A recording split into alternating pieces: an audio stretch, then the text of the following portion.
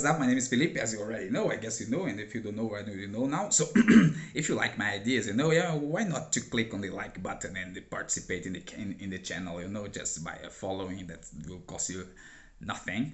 So, the thing is, in my walkings around the world, in my talking with different people, the idea is always the same, and it is that jurisdictional language, the law language, the language that we use in law, it excludes people that didn't have access to information because they don't understand it. And that is correct. But I don't believe it's intentionally, because because it's more like a side effect. Oh, by the way, the glasses is just because I like it, okay? It's a side effect, okay? It's a side effect. It's not because they want it, because science, it demands a certain method, and in order to have this scientific method, we must have specific and technical language.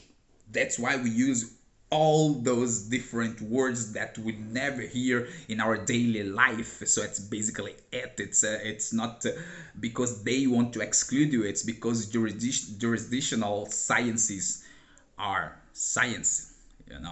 So they're just following the premises of science. So they're just doing something. They're just writing the way that science demands.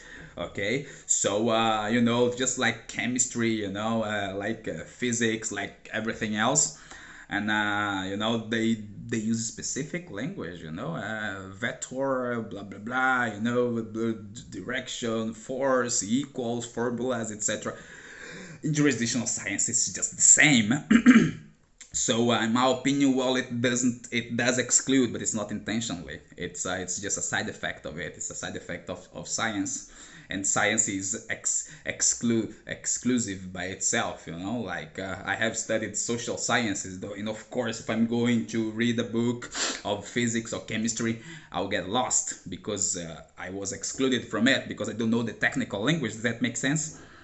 Well, however, there are two things we should do. If you do not understand jurisdictional sciences, you should go study. You should go and get a dictionary and work on it and get it and try to understand it because they are not doing wrong.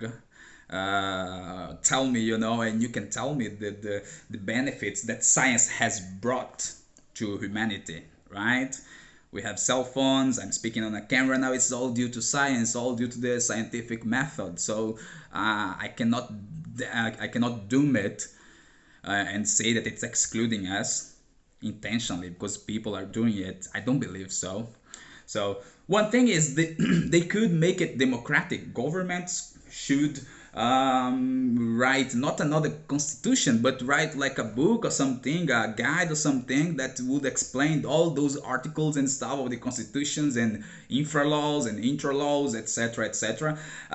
They could make it democratic, writing it in a popular way so that people would understand their rights. Because as we see, many cases of, for example, police abuse, it's because people don't know their rights. People don't know how to speak correctly. People don't know how to cite, how to mention a certain article that would be in their favor. And that is what makes us suffer because we don't have information, because we are excluded because of this language, because of the kind of language that they use. Okay, but it's not wrong. Get it in mind. It's just a side effect that, well, it happens. So we should study. Since the governments, they will not make it democratic, they will not make a version because they are too busy trying to keep their positions of power and dominance on other, that they are not going to care for you. Okay, so what you should do, you should study. If you don't like studying, if you're rich, well, good, you're rich. If you're poor, my friend, there is no other way. The most accurate and effective way to demonstrate rebellion and insatisfaction against the system is by studying, is by getting information. And if you are not doing it, you are just saying, oh, they are excluding me, etc. You are not fighting, you already gave up. So guys, sit your asses on chairs, get some books and study.